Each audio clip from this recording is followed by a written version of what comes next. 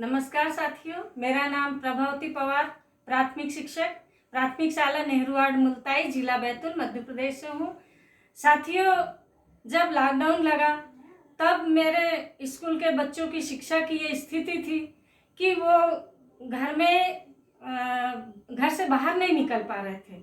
और ना ही उनसे किसी प्रकार का कांटेक्ट हो पा रहा था। तब उन बच्चों की मुझे बहुत चिंता हुई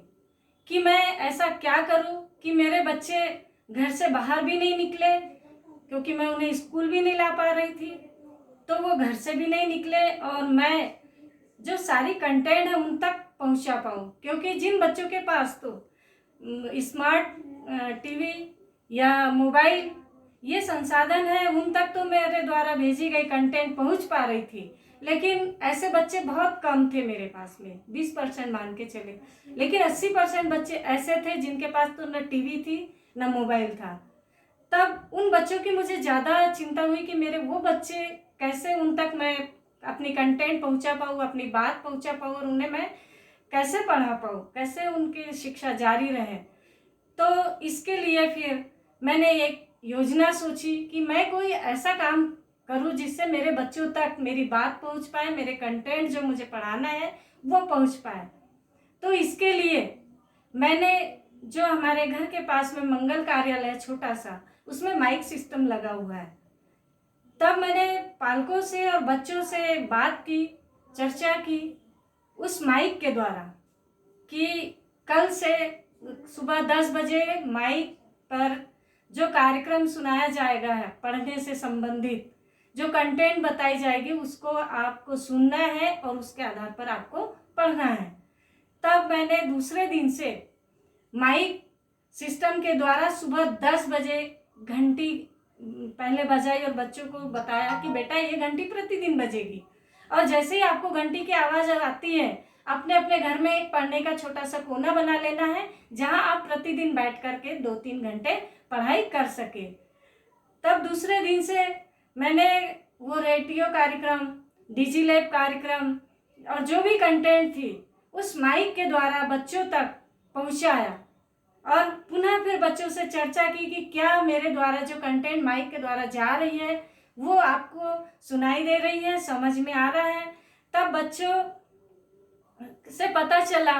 कि बच्चे पढ़ रहे हैं और कंटेंट को सुन रहे हैं। इस प्रकार से मैंने बच्चों की पढ़ाई निरंतर जारी रखी और अपने जो भी कंटेंट थे, जो भी मुझे पढ़ाना था, जो बच्चों को सिखाना था, वो बच्चों के द्वारा अपने द्वारा बच्चों तक पहुंचाया और मेरे बच्चे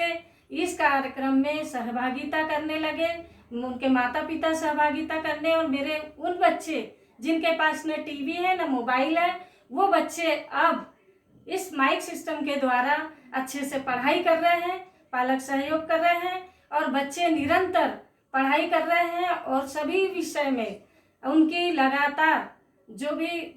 पाठ्य वस्तु है वो निरंतर पढ़ रहे हैं, कर रहे हैं। लिखने का काम, पढ़ने का काम उनका बहुत अच्छे से चल रहा है और वो वंचित बच्चे जिनके पास कोई साधन नहीं है वो भी, और जिनके पास है वो भी इसमें जुड़े, और सभी बच्चे मेरे निरंतर अच्छे से पढ़ाई कर रहे हैं। और इस कार्यक्रम के लिए मुझे जो संसाधन चाहिए थे उसमें मुझे किसी भी प्रकार का कोई खर्च नहीं आया। शून्य निवेश नवाचार हुआ,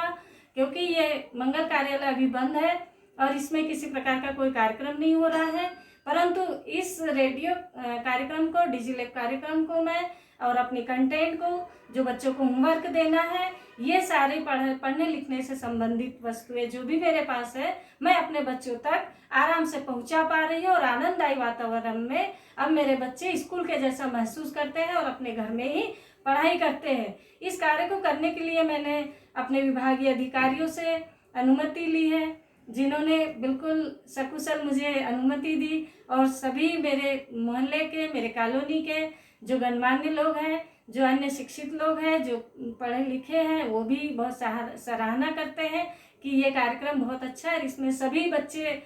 इससे उनको लाभ हो रहा है और सभी इसका लाभ लेते हुए पढ़ाई कर रहे हैं। तो इन सारे कार्यक्रम को चलाने के लिए मुझे जो अभी मार्गदर्शन दे रहे हैं वो है अरविंदो सोसाइटी HDFC भोपाल, जिनका मैं बहुत आभारी हूँ। मुझे समय समय पर वो मार्गदर्शन देते हैं और मैं उनसे मार्गदर्शन लेती हूँ। इस प्रकार से समाज में एक अच्छा संदेश गया है कि मैडम इस लॉकडाउन के समय भी, कोविड महामारी के समय, इस वैश्विक महामारी में जब बच्चे घर से बाहर नहीं निकल रहे हैं, ऐसी स्थिति में भी बच्चों का अपनी मैडम से कांटेक्ट हो पा रहा है और वो निरंतर मैडम जो पढ़ा रही है वो घर में ही रहकर पढ़ रहे हैं और स्कूल के जैसा उन्हें वातावरण मिल रहा है। क्योंकि स्कूल में मैं सुबह 10 बजे कहानी सुनाती थी, अभी मोबाइल के द्वारा मैं बच्चों को शाम 7 बजे कहानी सुनाती हूँ जो माइक के द्वारा उन तक पहुँच पा रही है। इस प्रकार बच्चे सारे कंटेंट सीख रहे हैं और आनंददायी वातावरण में अपनी शिक्षा निरंतर जारी रख रहे हैं। इसलिए मैं बहुत ही अरविंदो सोसाइटी HDFC की आभारी हूँ।